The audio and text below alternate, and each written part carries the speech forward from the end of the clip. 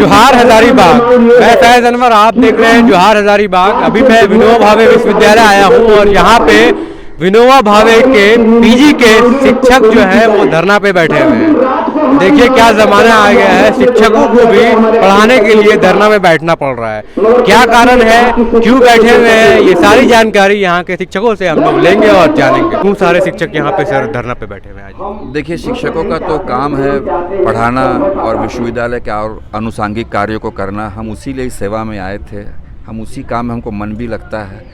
लेकिन दुर्भाग्य क्या है कि हम अपने आँखों के सामने देख रहे हैं कि हमारा विश्वविद्यालय जो हजारीबाग के लोगों का विश्वविद्यालय है, हजारीबाग के शिक्षक, हजारीबाग के शिक्षकेतर कर्मचारी, यहाँ के विद्यार्थी अभिभावकों का विश्वविद्यालय है।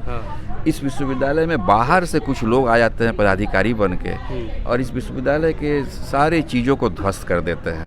जैसे अभी आपने धरना में वक्ताओं को सुना, हमारे यहाँ हमने अच्छी सिस्टम बनाई थी। हम अपने रिटायर्ड टीचर, रिटायर्ड स्टाफ को हम फेयरवेल देते थे, उसको बंद कर दिया गया।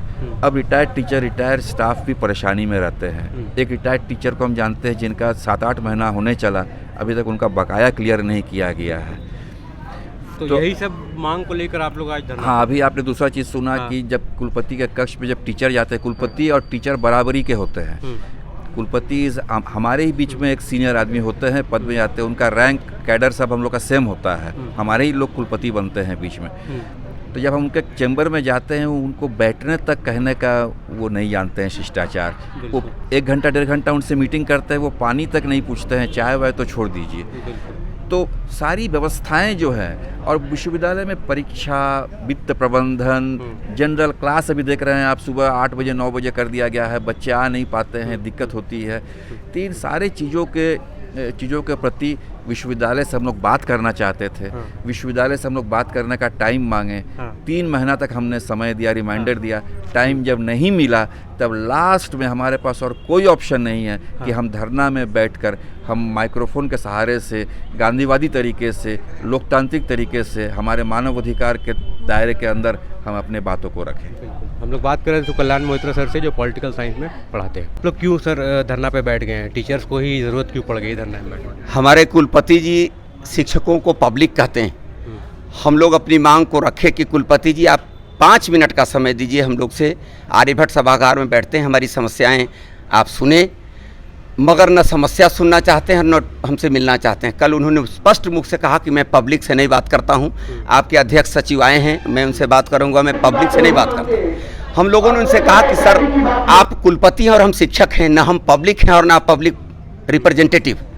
ऐसी स्थिति में अगर हम अपने अभिभावक को अपना दर्द नहीं सुनाएंगे तो सर किसके पास जाएंगे? आज हम शिक्षकों को PhD इंक्रीमेंट सहित 30 रुपया मिलता है कॉपी देखने का, 350 रुपये मिलता है DATA का, सहित अनंत मांगे हमारी हैं। हमारे कई कमरे चू रहे हैं। हम विद्यार्थी जब बैठते हैं तो ऊपर से छत चूता है और इनका टेंडर पर टेंडर हो रहा है। 2 साल में अभी तक कोई टेंडर नहीं हो सका। इन छात्र संबंधी मामले, हमारे शिक्षक संबंधी मामले, हमारे मान सम्मान का मामला, बहुत सारे शिक्षक, हमारे 6 शिक्षक हैं जिनका 7वां वेतन फिक्स नहीं हुआ, सारे शिक्षकों को मिल गया। HRD में फाइल भेज देते हैं और HRD हमसे लाखों रुपए की उम्मीद करता है। तो इस तरह यहाँ कुछ दलालों को बिठा कर रखे हैं, जो दलाल यहाँ शिक्षकों की समस्या को सॉल्व करने के लिए HRD जाते हैं, 50,000 वसूलते हैं, 25,000 उनको देते हैं, 25,000 में ये मिल बांट के खाते हैं। इन तमाम बातों का विरोध करने के लिए हम लोग 4 महीना पहले दिए शिक्षकों से मिलिए, मगर कुलपति 4-5 दरबारियों से घिरे हुए हैं और वो दरबारी जो समझाते हैं वही कुलपति समझते हैं। हम बड़े प्रसन्न हुए थे जब हजारीबाग के बड़का गांव के कुलपति आए थे, तो हमको लगा था कि कोई सन ऑफ सॉइल हमारे दर्द को सुनेगा। मगर हमारे कुलपति जी में कोई कमी नहीं है, एक ही कमी है कि ये सारे कुछ कान से देखते हैं। जो इनके दरबारी इनके कान में भरते हैं उसी को वो देखते हैं, सुनते हैं, समझते हैं। और हमारा इनसे कोई निजी दुखड़ा नहीं, कोई लड़ाई नहीं। हम शिक्षकों के मान सम्मान की स्थिति ये आ गई है कि हम शिक्षक जब इनके कमरे में जाते हैं तो ये बढ़िया से 1 गिलास पानी, 1 कप चाय मिलने की जो परंपरा थी उसको तक भुला गए। कुछ छात्र बदमाशी किए होंगे तो लॉ कॉलेज का गेट बंद कर दिए, तो चिल्लर के डर से भगवा खोलने वाला प्रशासन पहली दफ़ा देख रहा हूँ। ये सारी समस्याएं हैं, अनंत समस्याएं। हमारे 6 शिक्षक 7वां वेतन नहीं पा रहे और उसको कहते हैं कि आप एचआरडी के सामने धरना दीजिए। तो बताइए, हम एचआरडी और गवर्नर हाउस के सामने धरना देने मेरे कुलपति कहें तो आज हम तो जेल जाएंगे। तो जब मेरे कुलपति जी ने कहा कि आप एचआरडी के सामने धरना दीजिए, तो हम लोग उससे प्रेरित हुए कि जब धरना एचआरडी, तो हमारा तो नौकरी देने वाला एचआरडी है नहीं, क्यों नहीं हम लोग यहाँ दें। आज की तारीख में विनोबा भावे विश्वविद्यालय एचआरडी का पोस्ट ऑफिस हो गया है। यहाँ चिट्ठी डालिए, वहाँ पहुँच जाएगी। जबकि ये स्वायत्त संस्था थी, सारा निर्णय यहाँ होता था, मगर इन दिनों एचआरडी की मिली भगत से एक कमीशन खोरी का धंधा चल रहा है, जिसके तहत शिक्षकों के सारे मामले अटकाए जाते हैं, फटकाए झटकाए जाते हैं, ताकि शिक्षक जाके एचआरडी में चढ़ावा चढ़ाएं और एचआरडी में धरना दें। हमारे नियुक्ति करने वाला विनोबा भावे विश्वविद्यालय, मेरे कुलसचिव 64 वर्ष के हैं, वो मेरे कुलसचिव हैं। 64 वर्ष में इतना अनुभव नहीं हुआ कि हम उनके साथ काम करने वालों की समस्याओं का निदान कहाँ होगा।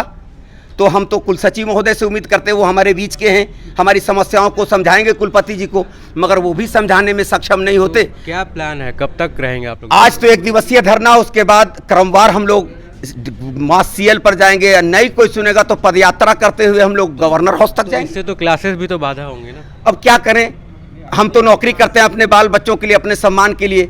हम सिपाही की बहाली में क्यों नहीं गए, शिक्षक क्यों बने थे? मान सम्मान के लिए। जब अपना मान सम्मान सुरक्षित नहीं रहेगा तो हम प्रोफेसर बनना मेरा धिक्कार है। तो जब कुछ छात्र भी धरना करते हैं तो उस टाइम में आप लोग की मानसिकता क्या रहती है? वो लोग भी अपने डिमांड्स को लेकर करते हैं। देखिए, प्रजातांत्रिक देश है, हर आदमी को अपने बात को रखने का हक है, और तानाशाही तरीके से किसी चीज़ को आप नहीं दबा सकते।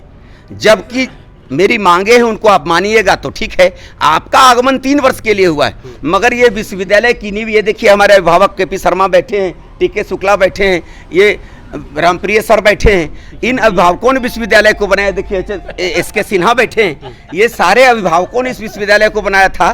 3 साल के लिए आने वाले कोई कुलपति, कुलसचिव, परीक्षा नियंत्रक, आज तो सारे लोग डुप्लीकेट आ जा रहे हैं जेपीएससी की कृपा से। मसी कागज छुयो नहीं, कलम गहियो नहीं, हाथ वाले हमारे सब पदाधिकारी हैं। उनको क्या पता कि विनोबा भावे विश्वविद्यालय कैसे बना है, और 3 साल में ये चले जाएंगे।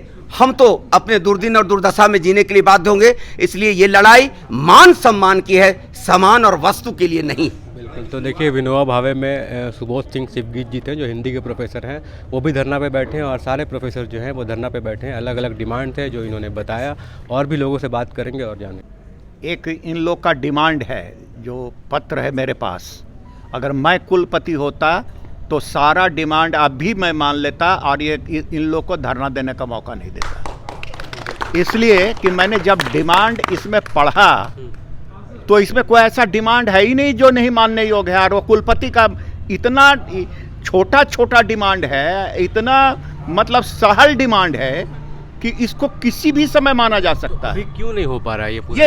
ये अकर्मण्यता का बोध करवा रहा है कि कोई भी विश्वविद्यालय का कुलपति इतना अयोग्य अकर्मण्य होगा कि इतनी छोटे छोटे डिमांड को वो जो है वो नहीं समझ पाता है। और दूसरी बात, जब हमें आश्चर्य हुआ, डेमोक्रेसी में कोई अगर शासक या पदाधिकारी अगर डिस्कशन से भागता है तो वह ऑटोक्रेट हो सकता है, और डेमोक्रेट नहीं हो सकता है।